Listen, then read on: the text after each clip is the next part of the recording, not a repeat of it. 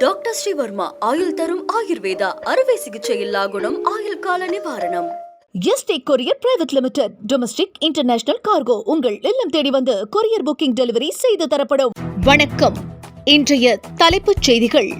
கூட்டணி ஆட்சியை தொடர்ந்து வலியுறுத்தி அதிமுகவுக்கு அழுத்தம் கொடுக்கும் பாஜக.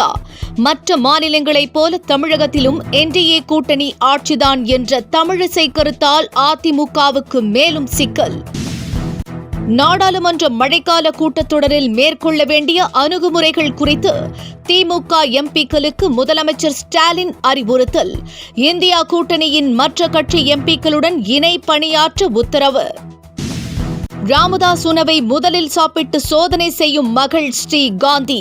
நம்பிக்கை நட்சத்திரமாக மாறியுள்ளதால் உயர் பதவிக்கு கொண்டு செல்ல ராமதாஸ் திட்டம். அதிமுகவை விடாது துரத்தும் கூட்டணி ஆட்சி பிரச்சினை. தாவேகா வந்தால் கூட்டணி ஆட்சிக்கு சம்மதமா என்ற கேள்விக்கு இபிஎஸ் புதிய விளக்கம். வெங்கட் பிரபுவுடன் முதல் முறையாக இணையும் அனிருத். சிவகார்த்திகேயனுடன் புதிய காம்போ விரைவில் ரெடி. இனி விரிவான செய்திகள். பிற மாநிலங்களில் உள்ளது போல தமிழ்நாட்டில் என்டிஏ கூட்டணி ஆட்சிதான் அமையும் என்று தமிழிசை கூறியிருப்பது புதிய சர்ச்சையை ஏற்படுத்தியுள்ளது. கூட்டணி ஆட்சிதான் அமைக்க வேண்டுமென்று அதிமுகவிற்கு பாஜக தொடர்ந்து அழுத்தம் கொடுத்து வருகிறது. ஆனால் இதை இபிஎஸ் திட்டவட்டமாக மறுத்துள்ளார்.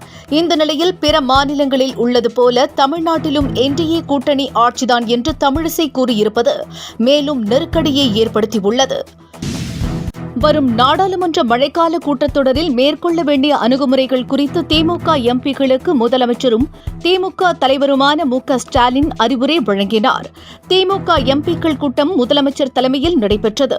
தமிழ்நாட்டிற்கு தேவையான திட்டங்கள், நிதி குறித்து கேள்வி எழுப்புவது பற்றியும், பள்ளிக்கல்வித்துறைக்கு நிதி அளிக்காமல் இருப்பது குறித்தும் வரும் கூட்டத்தொடரில் பிரச்சினையை எழுப்ப திமுக திட்டமிட்டுள்ளது. இந்த நிலையில் இந்தியா கூட்டணி எம்பிக்களுடன் இணக்கமாக பணியாற்றி தமிழக உரிமைகளை கேட்டுப் பெற வேண்டும் என்று திமுக எம்பிக்களுக்கு முதலமைச்சர் அறிவுரை வழங்கியுள்ளார். ராமதாஸ் தனது உயிருக்கு ஆபத்திருப்பதாக ஏற்கனவே கூறியிருந்த நிலையில் அவருக்கு அளிக்கப்படும் உணவை மகள் ஸ்ரீ காந்தி முதலில் பரிசோதனை செய்வதாக தகவல்கள் வெளியாகியுள்ளது.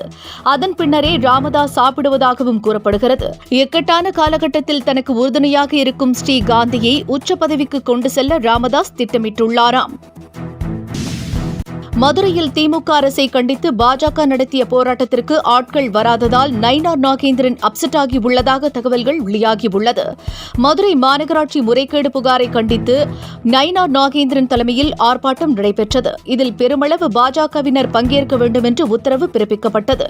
எனவே கூட்டம் அலைமோதும் என்று நம்பியிருந்த நயினார் நாகேந்திரன் 300 பேர் மட்டும் வந்ததால் அப்செட் ஆகிவிட்டாராம். வகுப்பறையில் பா வடிவை இருக்கை கட்டாயமாக்கப்படவில்லை என்று பள்ளிக்கல்வித்துறை அமைச்சர் அன்பில் மகேஷ் தெரிவித்துள்ளார்.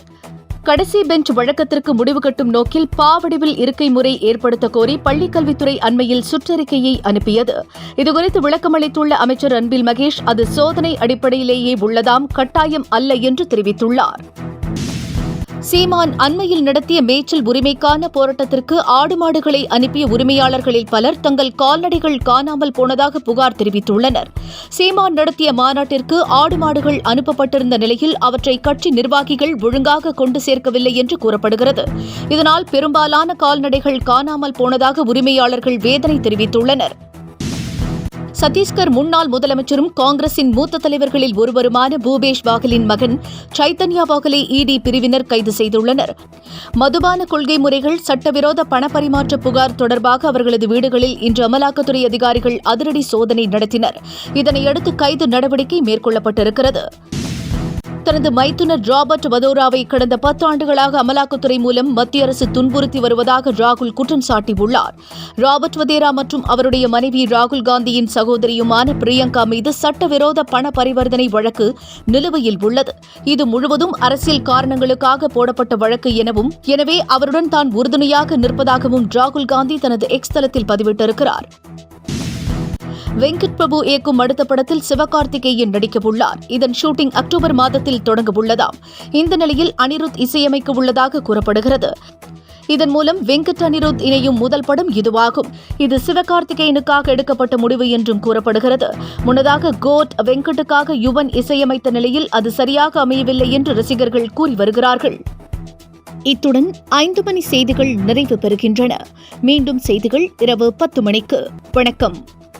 என்றும் உங்களுடன் மை இந்தியா. முக்கிய செய்திகளை உடனுக்குடன் தெரிந்து கொள்ள சப்ஸ்கிரைப் பண்ணுங்க, பெல் பட்டனை பிரஸ் பண்ணுங்க. என்றும் உங்களுடன் மை இந்தியா.